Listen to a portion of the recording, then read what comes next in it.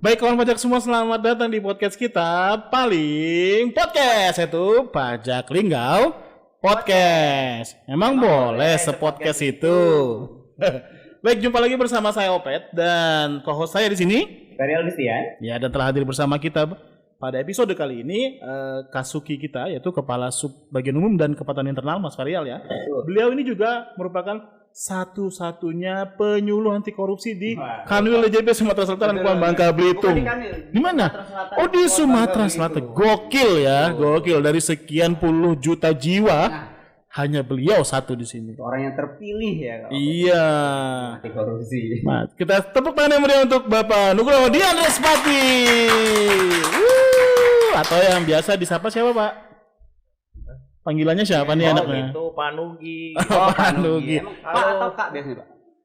Ya tergantung ya. Oh, tergantung. Ada situasi ya, lihat siapa yang manggil ya. Emang boleh setergantung itu. Halo Bebas kawan ya. pajak, apa kabar? Jawab dong kawan pajak.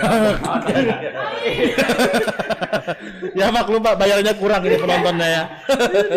Jadi Kak Ferial, kita pada sore hari ini, bukan sore ya. Ini syutingnya pada pagi hari, saudara. Memang matahari kebetulan baru terbit ya. Jadi pada episode kali ini kita akan membahas segala sesuatu yang sedang happening ya. Nah, sebenarnya podcast ini juga tujuannya untuk membahas segala sesuatu yang lagi happening, khususnya di dunia perpajakan, terutama yang lagi terjadi di KPP Pratama Lubuk Linggau. Nah, untuk saat ini kebetulan kita sedang mengikuti sebuah kegiatan ya yang akan memberikan kita sebuah predikat yang katanya wow, luar biasa. Predikat apa tuh, Pak? KPP. Ini predikat yang disebut ZIWBK, Kak Ferial ya. Nah, jujur ya, Kak Opet, dan saya Kak Opet juga sebenarnya masih bingung-bingung juga nih. Iya. ZIWBK itu apa sih sebenarnya? Betul. Makanya kita hadirkan Pak Nugi. Kenapa tuh? Kasuki dan satu-satunya penyuluh anti korupsi di Sumatera Beban nih, beban. Yang pastinya tentunya dari ujung namanya aja ada kepatuhan internal, ya berkaitan banget lah ya. Iya, Paham banget lah betul. WBK. Dan ini kan karena kan ada yang, kalau yang sependek pengetahuan saya ya Kak Ferial ya, kan itu ada ZIWBK ini ada kaitannya tentang integritas ya. Dan seperti yang kita ketahui kawan pajak semua ya, beberapa waktu yang lalu ada sebuah kasus yang melanda Direktorat Jenderal Pajak dan ujung-ujungnya dikaitkan juga dengan integritas. Nah, kita akan ngobrol dengan Pak Nugi nih.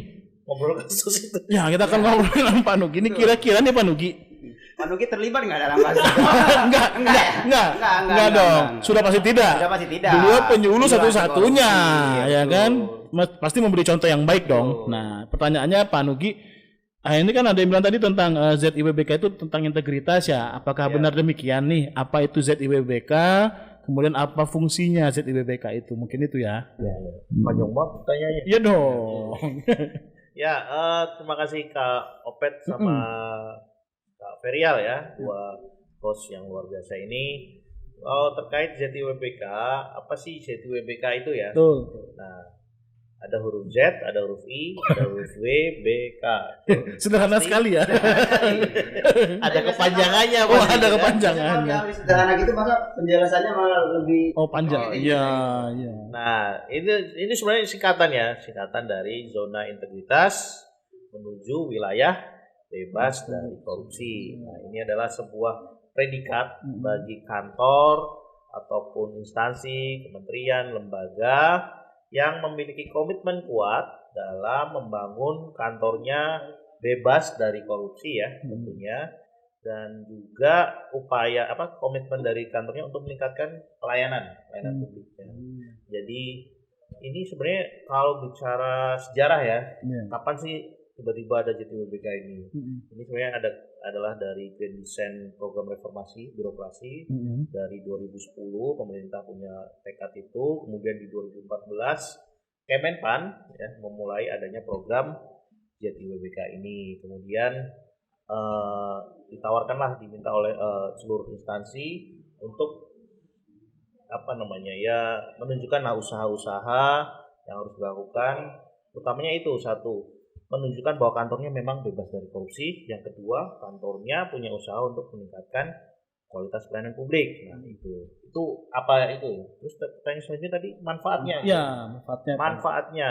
Nah, bagi kantor yang memang sudah dapat predikat JTWBK, tentunya bagi para pengguna layanan masyarakat yang mendapatkan ingin mendapatkan layanan di kantor itu merasa tenang ya. Kantornya sudah ada JTWBK, tentunya tidak ada korupsi, tidak ada pungli, dan juga dijamin juga pelayanan yang diberikan sangat luar biasa. Kalau misalnya sudah dapat predikat JTWBK. Nah, kalau kantor kita di KPP Pratama Lubulinggo masih dalam masa pembangunan ya, pembangunan JTWBK, dan sekarang sedang menunggu hasil penilaian. Nah, jadi udah sedang mengikuti masa penilaian dari tim penilai, dan mudah-mudahan sih nanti akhir tahun ya bisa dapat predikat itu juga. Jadi walaupun kita tetap berusaha ya nggak ada korupsi, pelayanan kita di KPP juga baik, tapi mau nggak mau ketika ada predikat itu pun lebih sah ya, lebih menjamin lah bahwa kita memang kantor pajak Lubulinggo memang bagus. Iya, ada korupsi. Mantap sekali ya, luar biasa. Sudah selesai ya? Sudah selesai. Mas Mariam ada yang mau ditanyakan lagi? Berarti kalau dari penjelasan Pak Nugi tadi, selain dari menjaga supaya kantor itu bebas dari korupsi, juga meningkatkan kualitas layanannya juga ya, yang menjadi fokus dari JTWBK ini ya. Nah, kalau pertanyaan Pak, kan tadi memang sudah sampai penilaian ya. Iya. Nah, kemarin yang menjadi fokus sama KPP Pratama Lubulinggo soal yang kualitas pelayanan tadi. Apa aja sih yang udah ditingkatin dari KPP Pratama Lubulinggo untuk mengejar nih predikat JTWBK itu tadi? Oke. Jadi kalau kita bicara JTWBK, yang dibangun ada 6 area ya. 6 area pembangunan JTWBK. Salah satunya adalah peningkatan kualitas pelayanan publik itu. Kalau tadi fokusnya yang ditanya, apa saja sih yang dilakukan KPP Kantor Pajak Lubulinggo untuk meningkatkan kualitas pelayanan publik? Banyak gitu ya. Yang pertama jelas kita memastikan bahwa layanan kita sesuai dengan standar pelayanan. Jadi kalau dibilang bahwa pelayanan kita itu di KPP Lubulinggo 1 hari ya, otomatis harus 1 hari gitu kan, 1 hari selesai. Atau ada juga standar pelayanannya, seluruh pelayanan di KPP Pratama Lubulinggo gratis, tidak dipungut biaya. Kita dipungut biaya nggak sih? Tidak ada Pak. Nah, tidak ada. Malah kadang-kadang kita ngasih. Enggak ya. Enggak mungkin. Jadi nggak dipungut biaya juga. Jadi satu-satunya orang yang keluar dari kantor sini kasih uang paling Gojek Mas. Kalau GoFood. Ya, maksudkan supaya lebih prima lagi layanannya. Wajib pajak mengajukan apa? Kita kasih uang. Enggak ya. Enggak boleh. Jadi standar pelayanannya sudah sesuai standar pelayanan, kemudian kita gratis, kemudian juga kita menunjukkan bahwa layanan dari petugas kita di tugas pelayanan kayak ramah, kemudian memberikan layanan terbaik bagi wajib pajak, dan ya wajib pajak merasa puas lah pada akhirnya ya ketika bicara mengakses layanan publik di Kantor Pajak Lubulinggo. Dan selain petugas juga kita meningkatkan dari sisi sarana prasarana ya, sarana prasarana di tempat pelayanan di Kantor Pajak Lubulinggo ini ya kalau saya boleh bilang cukup lengkap ya. Kita ada ruang tunggu yang nyaman, kemudian juga kalau kawan pajak misalnya bawa anaknya ada mini playground gitu ya, kemudian juga ada mini cafe nih ya, tempat podcast ini.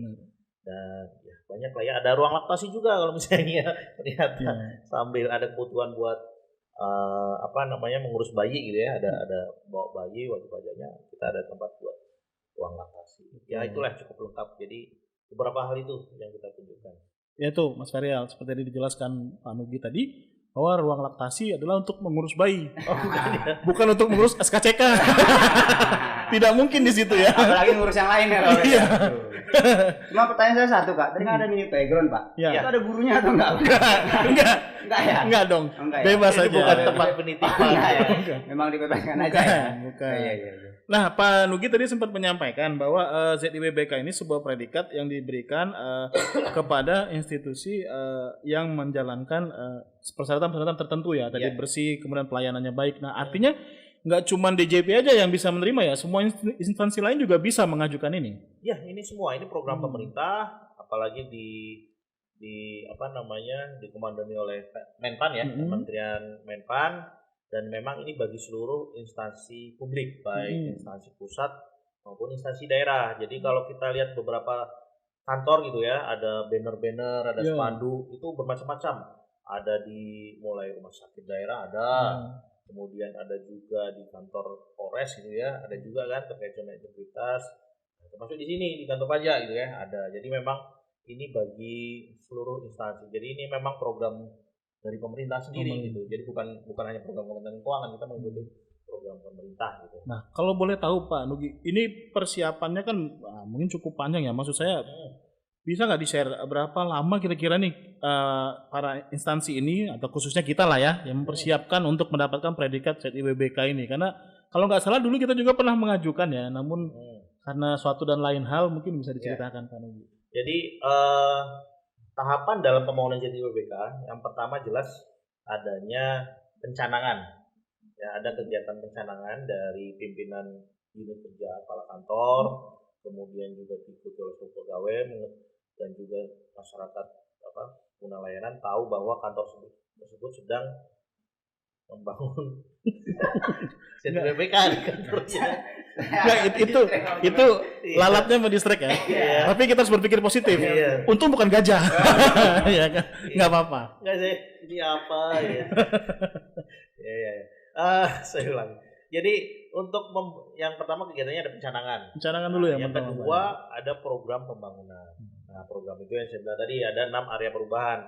Ada manajemen perubahan, penguatan tata laksana, penataan tata laksana, penguatan pengawasan, penguatan akuntabilitas, penataan sistem manajemen SDM, dan peningkatan kualitas pelayanan publik. Jadi ada 6 area ini, dan ini akan dinilai program-programnya apakah dijalankan untuk kegiatan yang dilakukan 2 tahun terakhir. 2 tahun terakhir ya. Jadi kalau tahun ini kita ikut penilaian ya, kantor pajak ini ikut penilaian ini, berarti kegiatan programnya apakah telah dilaksanakan selama 2 tahun terakhir ini di 2022 dan 2023. Jadi minimal ya paling nggak ada kegiatannya lah di 2 tahun terakhir ini, 1 tahun sebelum dan 1 tahun saat ikut penilaian.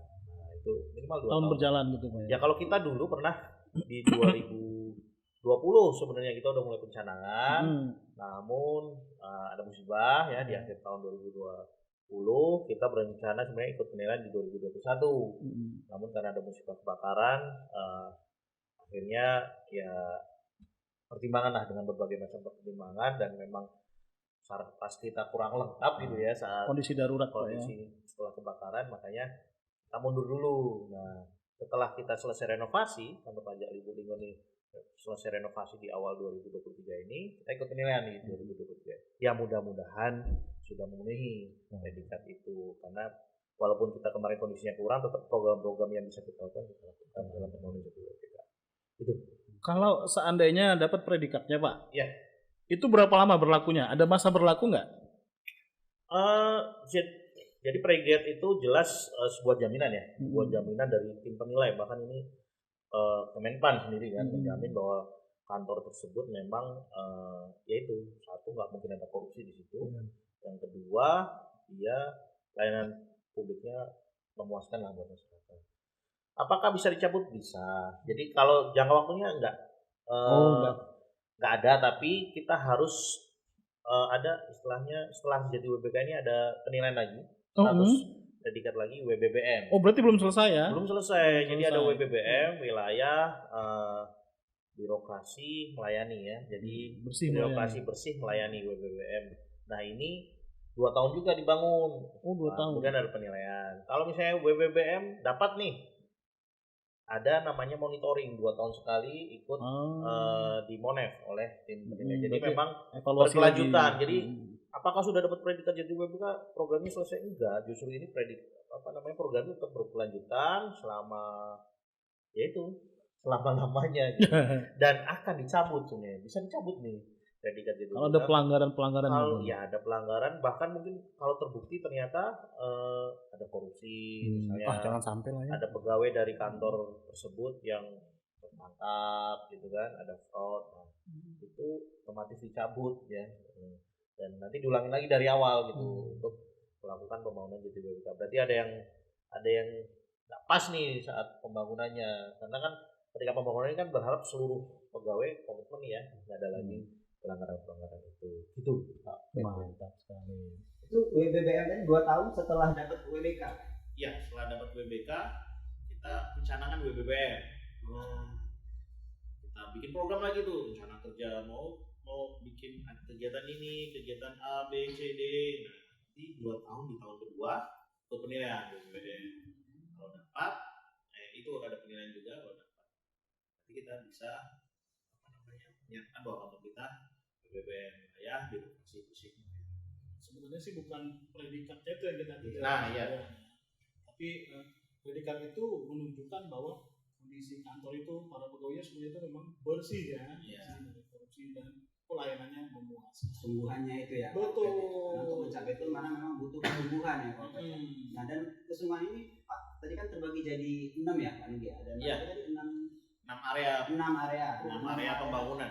6 area pembangunan ini berarti yang terlibat ini apakah sebagian orang ditaruh di setiap area atau secara keseluruhan semua orang itu terlibat dalam pembangunan?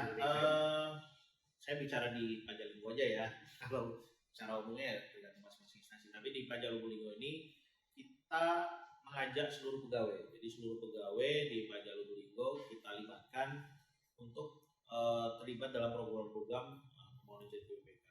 Terlibatnya ini bisa 2 hal. Yang pertama adalah memang menggerakkannya. Pegawai itu ada terbagi ke dalam area-area itu, subtim itulah ya, kita masukkan ke dalam tim pembangunan, seluruh pegawai masuk tim pembangunan, ada tugasnya ya. Yang kedua, selain tugas sebagai timnya, juga pegawai itu mengikuti kegiatan. Jadi kalau misalnya subtim tim area perubahan, manajemen perubahan bikin sebuah kegiatan, nah ini kalau bisa diikuti oleh seluruh pegawai, harus ikut, harus tahu gitu. Selain ya pegawai juga jadi timnya juga menggerakkan. Nah, itu Mas, jadi semuanya. Ya itu masuk Kak Ferial sama Kak Opet kan? Ya. Juga kan? Nah, pasti aktif juga dong. Aktif Pak. Saya malah dipindahin ke tim lain karena terlalu aktif yang pertama. Tidak, karena ada pegawai mutasi. Gitu. Untuk menyeimbangkan formasi ya, karena tadi kan kita nggak bisa yang namanya mutasi ya. Iya.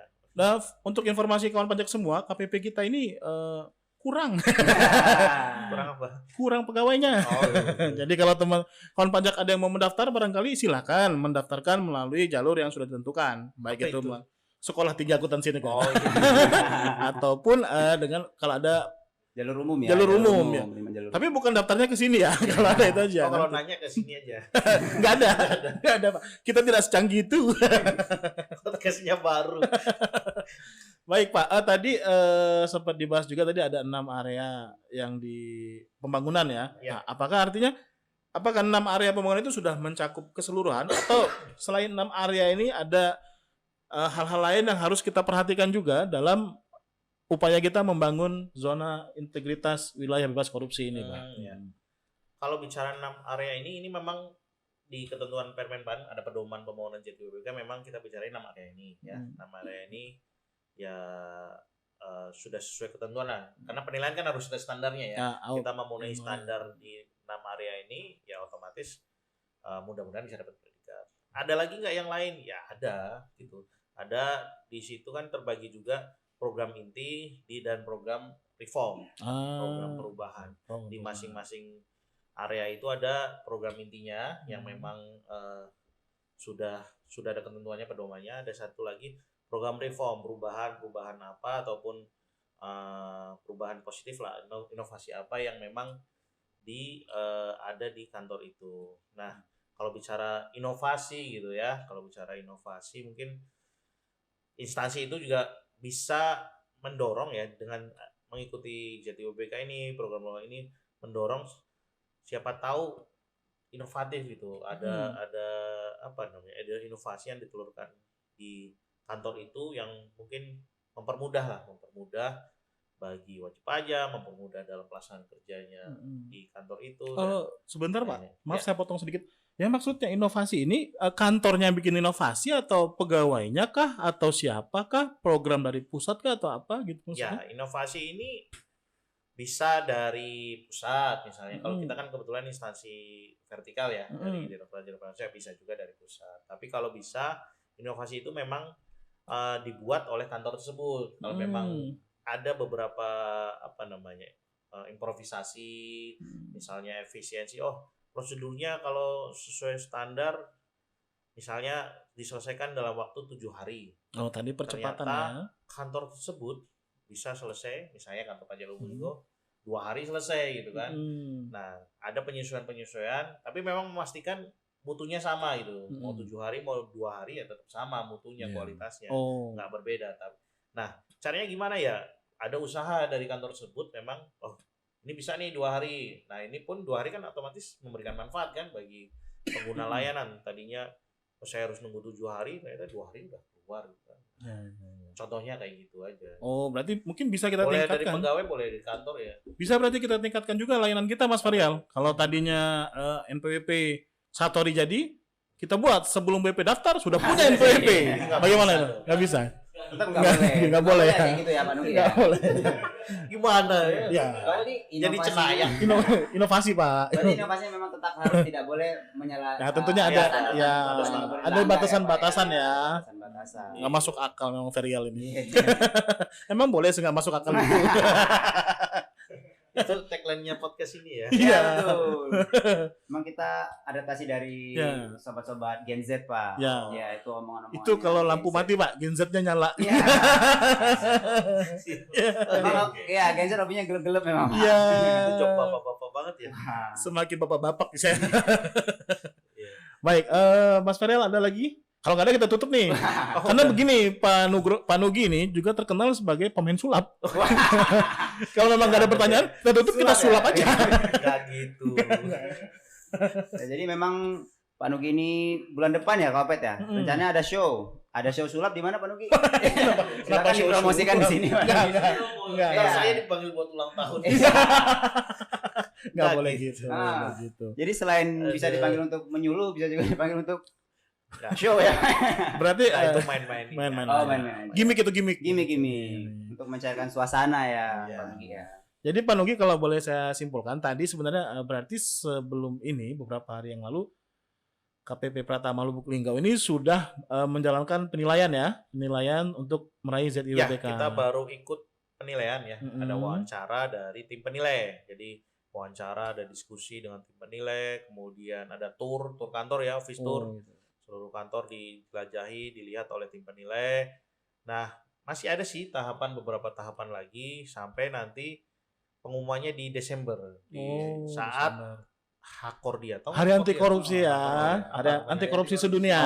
Hakordia. Tahu dong saya. Tahu karena anggota tim ZIWBK. Cukup aktif ya kita. Aktif sekali. Ya nanti di Desember ada pengumumannya. Mudah-mudahan nanti diumumkan kita masuk dapat predikat itu. Amin. Nah, apa yang kita lakukan sekarang? Kita tetap ada program-program yang memang belum dilakukan oleh tim pembangunan ZIWBK. Kita lakukan. Kedua, tetap kita monitor bahwa program yang sudah dijalankan tetap tetap maksimal lah, dan nggak ada yang berhenti juga gitu ya. Misalnya, berkelanjutan ya, Pak, ya? Iya, berkelanjutan karena ya kalaupun misalnya belum dapat tahun ini, tahun depan mudah-mudahan ya harus ikut penilaian lagi gitu ya. Dicoba lagi, jangan menyerah gitu. Semoga bisa lah tahun ini ya. Kemarin soalnya kan sampai penilaian office tour ya. Kan keliling kantor kan sampai kantor sebelah. Enggak. Terlalu jauh. Terlalu jauh. Offside ya. Maka ada yang kaget tuh. Bukan kok orangnya beda gitu. Ternyata beda apa nih? Ngomong nih pajangan ya? Oh, boleh Pak, boleh Pak. Silakan Pak. Boleh. Ya, ini kebetulan disediakan oleh Yanto. Yanto. Iya. Podcast sebelah Yanti, ini Yanto. Beda. Kita pengaruh utamaan gender, Pak. Iya. Kalau ini sana sudah cewek, kita sini harus cowok. Biar setara. Tuh. Ya. Jadi nggak boleh muncul di kamera. Nanti yang muncul pemalu dia. Introvert anaknya. Ya. Ada lagi mau ditanya? Ya, jadi ini nih terlalu banyak bercanda nih. Iya, bercanda. Ya nggak apa-apa lah ya. Bercanda. Nggak boleh. Jadi kita teman pajak semua, kita bukannya podcast ini mau main-main, nggak sebenarnya. Kita hanya berusaha bicara pajak ataupun itu secara lebih santai aja ya teman-teman ya. Dan mungkin Pak Nugi ada harapan-harapan yang ingin disampaikan kepada kawan pajak semua? Ya, mungkin buat kawan pajak, masyarakat wajib pajak yang memang ya baik wajib pajak dari kantor pajak Lubulinggo maupun wajib pajak lain kan memang bisa memanfaatkan layanan di sini. kami mohon bantuan ya, mohon bantuan. Mohon doa ya Pak ya. Iya, mohon doanya. Yang pertama mohon doanya mudah-mudahan kita dapat predikat itu BPK. Yang kedua mohon bantuan juga dari kawan pajak dan seluruh wajib pajak untuk membantu petugas kami ya, pegawai di kantor pajak Lubuk untuk tetap menegakkan integritas. Caranya gimana? Ya nggak perlu nggak perlu KKN lah sama orang pajak gitu ya. Kemudian bayar pajak bukan di kantor pajak, di bank atau kantor pos. Kemudian kalau misalnya merasa mendapatkan pelayanan yang bagus, cukup ucapkan terima kasih kepada petugas, tidak perlu memberikan imbalan apapun. Betul. Gitu. Karena nanti malah merepotkan pegawai kita. Ya, karena kita harus buat laporan lagi. Harus lapor ke KPK. Karena Ya. saya pengalaman itu Pak. Saya ditransfer pulsa sama orang 100.000. Ya. Nah, karena ngebalikin pulsa 100.000, saya kena admin 5.000 Pak. Jatuhnya saya tekor 5.000. Saya juga pernah ditransfer pulsa. Udah. 100.000. Saya udah marah. Ternyata istri saya yang transfer. Enggak apa-apa dong. Iya. Bukannya. Enggak apa-apa Soalnya dong. kita tidak boleh menerima imbalan ya. Istri saya. Kalau misalnya ternyata ada penerimaan sesuatu itu harus lapor Iya. Lapor, ke Pak, ya. KPK malah ya. Jadi nggak usah lah ya. Benar, malah Terima bikin kasih repot ya, Pak ya. Iya, gitu. Itu aja kali. Oke, mantap. pesannya. Siap, baik kawan pajak semua, dengan ini mungkin berakhir dulu ya. Iya. Untuk sementara ini episode kita kali ini. Jangan lupa subscribe, like, dan follow channel kita. Kita akan teruskan podcast kita pada episode-episode selanjutnya yang tentunya dengan obrolan yang lebih keren lagi, ya enggak? Kak Ferial. Sampai ketemu di episode selanjutnya di Paling Podcast. Emang boleh sepodcast itu? Boleh dong.